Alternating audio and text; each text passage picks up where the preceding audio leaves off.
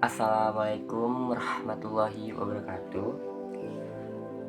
Perkenalkan, nama saya Saidi, NIM 17 14 20 140. UAS, ujian akhir semester Sistem Pengawasan Perbankan Syariah. Oke, kita mulai dengan 3 pertanyaan yang sudah diberikan oleh Ibu. Saya akan menjawab secara langsung. Yang pertama, bank hubungan dengan dana masyarakat.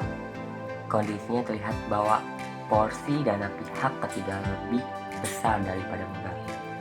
Maka dari itu dijelaskan cara bank syariah dapat melindungi deposan.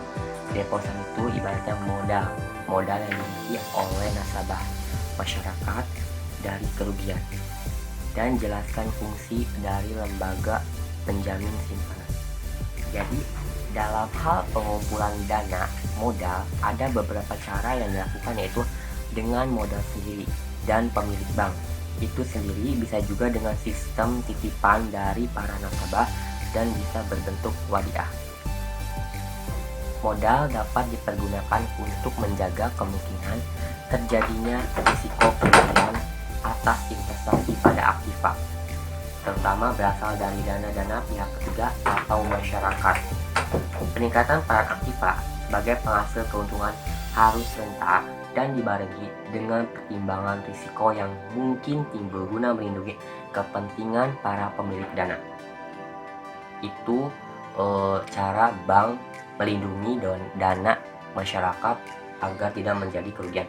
Di fungsi dari lembaga penjamin simpanan atau kita sebut LPS, yang pertama itu menjamin simpanan nasabah penyimpan. Jadi simpannya itu, simpanan uang nasabahnya itu aman, terkendali. Yang kedua, tidak mengalami seperti kerugian yang diawali dari bank melindungi kerugian itu.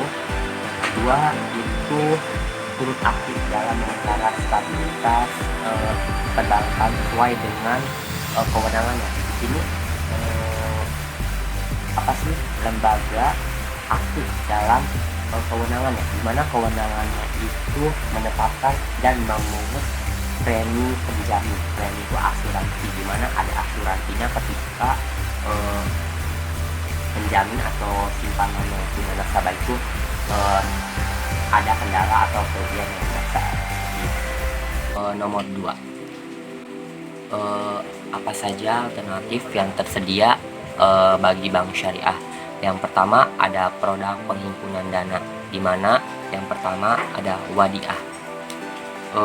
Wadiah di sini adalah simpanan nasabah yang terdiri dari yad amanah sama yad amanah. Simpanan tidak sering ditarik atau dipakai seperti safe deposit box. Yang kedua yad amamah, yaitu simpanan yang sering ditarik atau seperti rekening giro. Yang kedua produk penyaluran dana, di mana ada jual beli. Jual beli ini ada bay' al-mudharabah, bay' as-salam, satu lagi sama bay' al-istina. Nah, bay' al-mudharabah ini adalah jual beli barang pada harga asal dengan tambahan keuntungan yang disepakati. Yang kedua, membeli barang yang diserahkan di kemudian hari, sementara pembayaran dilakukan di muka. Yang terakhir, bay' al-istisna. Bay' al-istisna itu jenis khusus dari akad bay' as-salam. Biasanya jenis ini dipergunakan untuk pembiayaan konstruksi dan barang manufaktur kayak perusahaan itu. Yang kedua, bagi hasil. Di sini bagi hasilnya ada akad mudharabah, akad musyarakah, di mana akad mudharabah ini adalah akad kerjasama dari usaha antara dua belah pihak, dari pihak pertama dan menjadi kepada pihak yang kedua untuk pengelolaan dana. Yang kedua al-musyarakah. Al-musyarakah ini kerjasama antara dua pihak atau untuk usaha tertentu yang masing-masing pihak memberikan kontribusi terhadap dana. Terus produk jasa. Di sini produk jasa ada al-wakalah. Al-wakalah ini adalah penyerahan atau pendelegasian pemberian mandat kepada seseorang untuk hal lain pada bank berfungsi sebagai wakil nasabah. Kemudian kafalah, di mana kafalah ini jaminan yang diberikan oleh penanggung kepada belah pihak atau yang ditanggung.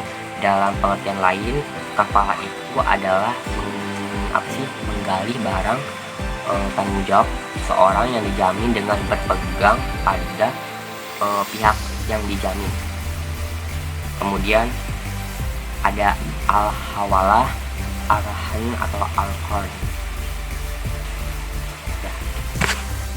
Kemudian nomor 3, sebutkan dan jelaskan risiko yang ada di bank syariah atau perbankan syariah.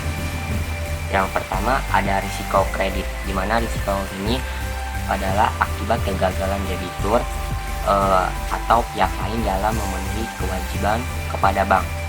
Yang kedua, risiko pasar, di mana risiko pada posisi neraca dan rekening administratif termasuk transaksi derivatif. Di sini akibat adanya perubahan dari kondisi pasar termasuk risiko perubahan harga opinion. Yang ketiga, risiko likuiditas, di mana risiko akibat yang ketidakmampuannya bank untuk memenuhi kewajiban yang jatuh tempo dari sumber pendanaan arus kas atau aset likuiditas yang berkualitas tinggi dapat diagunkan atau diberikan kepada risiko likuiditas pendanaan. Yang keempat, kooperasional, di mana akibat ketidakcukupan dana atau tidak fungsinya proses internal, kesalahan manusia atau kegagalan sistem, adanya kejadian eksternal yang mempengaruhi operasional bank. Sumber ini antara lain oleh sumber daya manusianya, proses sistemnya, dan kejadian eksternalnya. Yang kelima, risiko hukum adalah risiko yang timbul akibat tuntutan hukum atau kelemahan aspek yuridis atau yuriditas. Ini dapat timbul antara lain untuk mendasar kelemahan perikatan seperti tidak dipenuhi syarat sahnya kontrak atau anggunan yang tidak memadai. Yang keenam, risiko strategik. Di sini risiko akibat ketidaktepatan bank dalam mengambil keputusan atau melaksanakan suatu keputusan strategik serta kegagalan mengantisipasi perubahan lingkungan bisnis.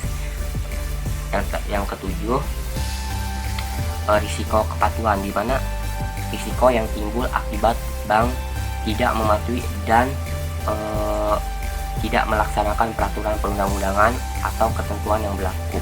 Yang terakhir, risiko reputasi, risiko yang menurunnya tingkat kepercayaan stakeholder yang bersumber dari persepsi negatif terhadap bank. Salah satunya pendekatan yang digunakan untuk mengkategorikan sumber risiko reputasi bersifat tidak langsung.